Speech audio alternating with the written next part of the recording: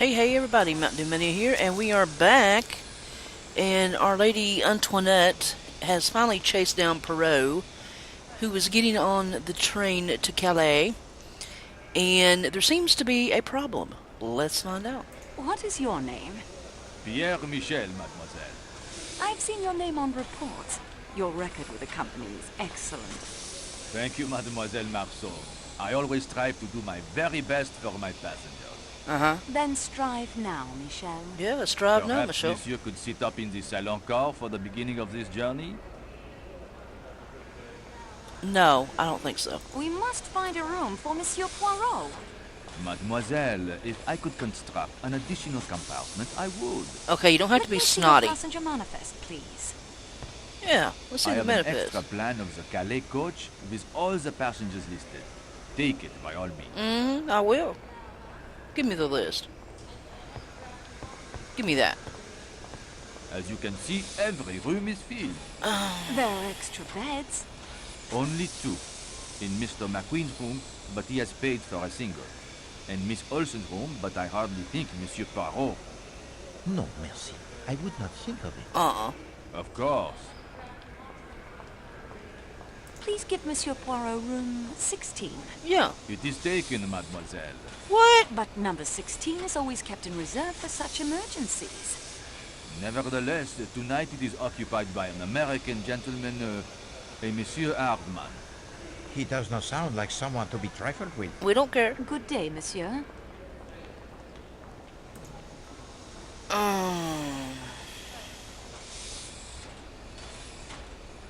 Monsieur Poirot, I place myself entirely at your service. Uh-huh. You know Poirot? Who would not recognize the most famous detective in the world? Yeah. You are very kind, mademoiselle. I have a passion for crime. You enjoy the study of it, I hope, not the committing. Oh, the study, the gathering of clues, the questioning of suspects. Ooh. Merely what the Americans call the footwork. Legwork, I believe, monsieur. As you say, I prefer the detection that occurs here. The little gracers. Little Grizzles. My scrapbook contains many accounts of your cases. That Oh, mysterious Lord. affair at Fangirl. Sparks, the death of Roger Ackroyd, the noted businessman, Lord Edgware's murder. But, oh, forgive me, I'm rambling. Yes, you are. Okay. Let me think. Give Monsieur Poirot my room. I will be quite comfortable in the salon car. Uh-huh. Mademoiselle, Poirot, he will not hear of such a thing. I insist. I will not compromise the hospitality of the train. Uh-huh. Oh, if I must I don't tell want to you get now, fired either. Why then you will stay in the room of Miss Olsen. I am sure she will not mind when she learns of your sacrifice. I don't sleep with strangers. No, really, it isn't necessary. No. Poirot has spoken. Oh, well. The matter is settled. I will Great. speak to the lady at once. Well, everybody just playing my life out. Jeez. Part 1. The facts. Ooh. Pretty train. Whee! I'd like to ride a train. I've never ridden a train. I mean, like, you know, it just like little ones at, like, amusement parks and stuff, but that's not like a train. I'd love to ride a train. Ooh. Alright, there's the princess, what's her name? Okay. Loin of this, leg of that. I am not eating the flesh of the animals. In America, if it has fur, we either eat it or wear it. As my daughter always says, there's a lot America could teach people in other countries, if they'd only wake up and listen. She says That's one what's day wrong you'll with be able to America. go We into a think we restaurant write about in everything. Istanbul and order a hamburger. What do you think of that? Why would you want to do such a thing? Why? Everybody wants a taste of home. Mm-hmm. I expect the Turks would agree with you. Exactly. That's what my daughter says. It's only a matter of time and Turks will love hamburgers. You will be sufficiently amiable to place in my compartment a bottle of mineral water before I retire this evening. Certainly, Your Excellency. For dinner, I shall have chicken cooked without sauces. Also, some boiled fish. I am very sorry, Your Excellency. There is no chicken or fish on the menu. Oh, is he chef for this journey? The German. Oui, Your Highness. The cooking of Monsieur Klaus is admired all over Europe. It is a coup that the train has secured his services. No, Well, if he can't cook no chicken or fish. Very well, I will have lamb. Again, without sauces. You've got to put it over big, whatever you're selling. Mm-hmm. Sure, that is what I say all the time. With motor cars, it is no half measures. No. This steak is excellent. The pork is also Beef. very nice. Say, we haven't been introduced. That is very true. We haven't. You are not eating. I haven't much appetite this evening. Uh-huh. How could I be so lucky to have found you? What's that got to do You with... found me? Only after I'd chased you across 3 continents. The statues in the baggage car? Yes. I saw them loading the crate myself. They were very careful. Mm-hmm. They better be. If it's damaged, I might enjoy owning a railroad. Who knows? You fool yourself. You travel often by train in your profession, mademoiselle? Uh-huh. Yes, I do. You are a person most fortunate. I'd rather fly. Ah, mais non. Not for me are the aeroplanes, with their sudden changes of altitude and the capricious tossing about of the passengers by the weather très mauvais. No. In business, speed is often more important than comfort. Right. No, it is more than the comfort. The trains, they lend themselves to the romance and the intrigue. Oh. All about us are people of all classes, of all nationalities, of all ages. They sleep and eat under one roof. They cannot get away from one another. And at the end of the 3 days, they part. They go their several ways, never perhaps to see each other again. That's A true. few Like a moments cruise, ago, kind of. The skilled detective has the chance to study his fellow travelers, to watch their little stories unfold beneath the microscope of the trained eye. Tell me what you see. You as well, mademoiselle. We will make the little game of it, n'est-ce pas? Okay. One must look, one must listen at all times. Mm-hmm. If you were to listen at the door of any compartment, who knows what... That's kind of rude. That would not be very proper, Monsieur Poirot. Proper? The student of crime must also be the student of human nature. Oh, what better way to make the study?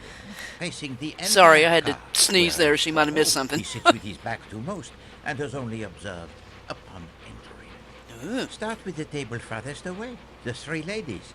Tell me about them. Okay, now I know this lady. I know. Remember, we met One her. is a Swedish missionary from a school near Gemlik on the Bosporus. She is also very uncomfortable in unfamiliar surroundings and gets lost easily. That is truly wonderful. How did you arrive at this? I helped her find the train inside the train station. Well, it is an important lesson. When you know the facts, why bother with the clues? Mm-hmm. Now, we know that she's the American. older woman with the loud voice is American. Yeah, we are, baby. Even with the length of the car between us, one can tell that. Mm-hmm. Well, it is true what you say. And yet, she seems to be a woman quite amiable and without malice. The younger woman is British from her accent. Mm-hmm. She seems very capable and down to earth. If we'd been at school together, I believe we would have been friends. Wait, she has a strong character, that one. Perhaps the strongest among us. But she is a mystery nonetheless. Why do you say that? You observed her embrace of the most passionate kind with a proper English gentleman this afternoon? Oh, yeah. Yes, I did. Very un-English of both of them. As you say. And yet now she sits at Now, another is that table true, my indifferent English to him viewers? and his glances. Lovers quarrel? What can have happened in so short a time for the lovebirds to fly from the light into the dark? That's true. It A ain't been that good long. beginning. And what is there to say about the tanned British gentleman? Military, I would say, from the way he carries himself. Yeah. Very good. He has spent much time in the tropics. Yeah, nice tan. Some far-flung corner of the British Empire. India, perhaps. He's maybe. not as proper as he looks. Or he is so in love, it breaks down all the inhibitions. They are married, but not to one another. No. What did she say to him? Huh? Not now. Not now. When it is behind us, then. Yeah, what is it, though? They are waiting for the divorce to be final. Perhaps. Tan, military. Or posting in Egypt, perhaps. Or India. And now the grand lady who sits alone. I'd say royalty, a princess. Russian, probably. Mm-hmm. Oh, no. You will not play the same trick on Poirot twice. Aw, come on. Alors, she too you have met? I did a small service for her earlier today. Yeah, we She has the very pulled an grim umbrella out of a goat's exterior, ass. that one, but there is something about her, huh? A twinkle in the eye, perhaps? No, I think she is not quite so much the dragon as she appears. Hello, and across from her sits... Her... Hildegard Schmidt. Yes, whatever. I met her I'm not too. sure what she is. Companion? Quite unpleasant for a lady's maid. They're usually such mild creatures. Vraiment. She also has sent her plate back to the chef twice for adjustments. Very particular about the cuisine. It would be nice if the menu was more varied. We march. This large table nearest the kitchen now, with the 3 gentlemen. What can you see? The Italian sells motor cars. Yeah. He's very enthusiastic about cars in general. He seemed to be. Oui. A salesman to his very soul, I would say. Yeah. The American appears to be a commercial traveler of some sort. Wait, Appears, he carried the yeah. sample case when he boarded the train. I don't know. You can't trust traveling salesmen. The case, it was quite small. Yet he seems very fit, does he not? Mm-hmm. The suit of such questionable taste, he can barely contain the muscles. Oh. Can't a commercial traveler be athletic? C'est possible. The Englishman is very quiet. Yeah, look at He that. certainly does not share the enthusiasm for conversation of his companions. Mm-hmm. A superior sort, with a disapproving expression. That suggests nothing to you? I'm afraid not. A gentleman's gentleman, as the British would say. A valet. Yes, I can see him pressing trousers and shiny shoes. And now, as discreetly as possible, observe the young couple directly behind me. Oh, Her yeah. dress is exquisite, very expensive. And the jewels. What is that she's he's eating? lovely. The kind of woman a man would marry and lavish gifts upon. Mm-hmm. It is very romantic, is it not? And yet I detect the melancholy in your voice, mademoiselle. I'll never have love. I'm sorry. I expect it's jealousy. It is. I grew up in Jucar, a small town near Avignon. My parents wanted me to stay in Jucar and marry well, but I rebelled. Yeah, you go, girl. Have you never rebelled, Monsieur Poirot? These days, not so much, I fear. Rebellion, it is for the young. That's not true. I went to England too, to university, then out here to Istanbul. I wanted to get as far away from Jucar as I could. I wanted mystery, adventure, romance.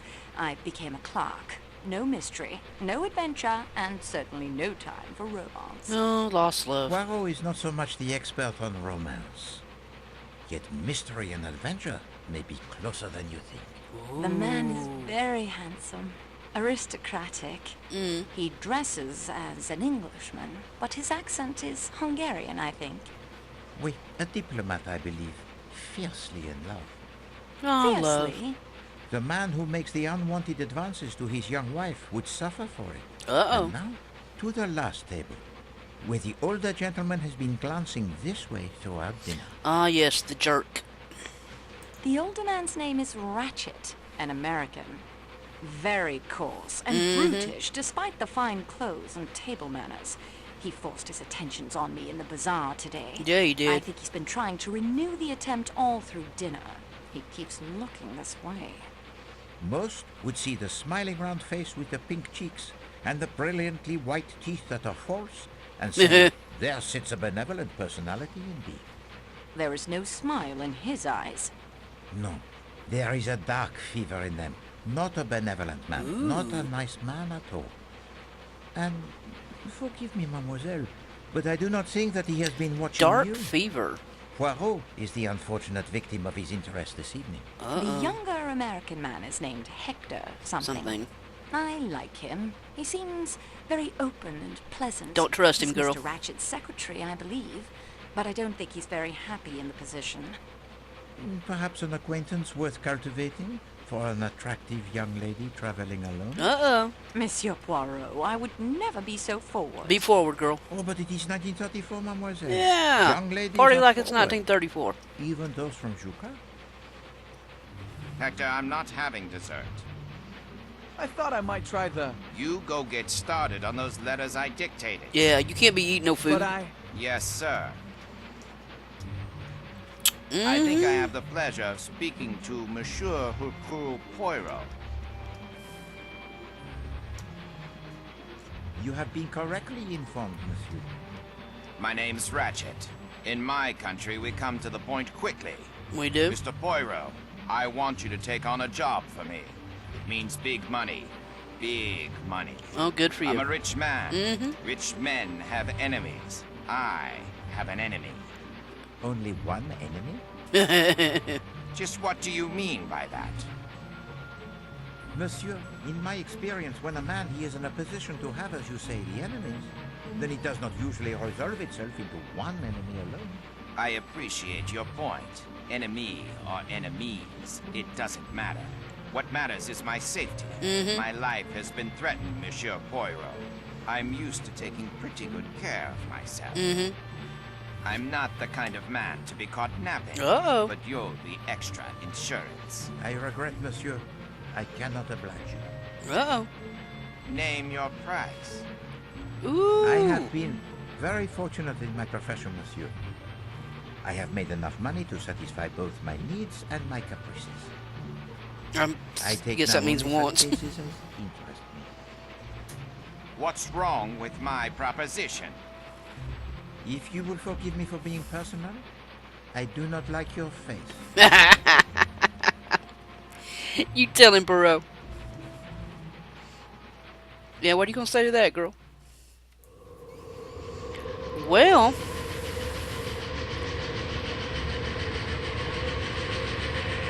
Oh, look at the weather. Weather's getting bad. Train company employee. I have checked the baggage car for the supplies I ordered to be delivered here in Belgrade. There is no bacon.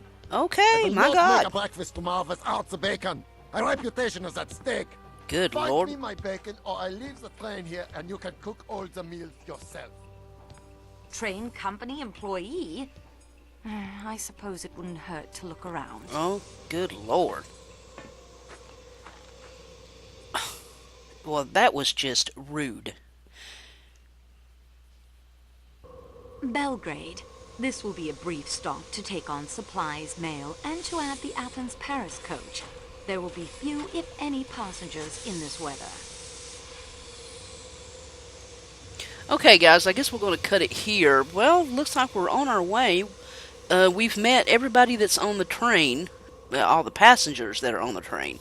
I think there's a couple more staff that we haven't met. But, yeah, some of these people just seem, you know, what they are, but I don't know. A couple of them, I'm not too sure about.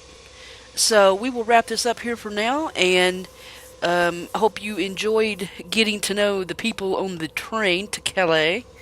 And till next time, this is Mountain Dew Mania, live from Murder on the Orient Express. I'm so out of here. Later, guys.